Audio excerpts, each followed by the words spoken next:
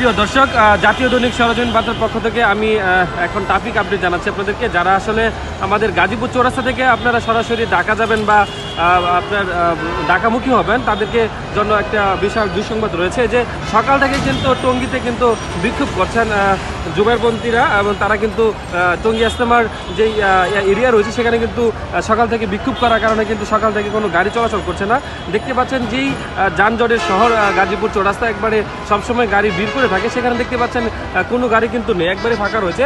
দর্শক, আপনারা যারা এই যাবেন ঢাকামুখী তারা কিন্তু অবশ্যই হাতে সময় নিয়ে বেরোবেন, এবং আরেকটি বিষয় বলতে চাই, একবারে কিন্তু হাতে সময় নিয়ে এবং ভেঙে ভেঙে গাড়ি নিয়ে যাবেন। এই যে যেই গাড়িগুলো কিন্তু সরাসরি যাওয়ার চিন্তাও করছেন, সেই গাড়ি কিন্তু টঙ্গী গিয়ে কিন্তু আর যেতে পারছে না। তারা কিন্তু অনেক গাড়ি যারা ময়মনসিংহ থেকে গাড়িগুলো নিয়ে আসছে তারা কিন্তু অনেকে জানে না যে বিক্ষোভ মিছিল হওয়ার কারণে রাস্তা বন্ধ রয়েছে।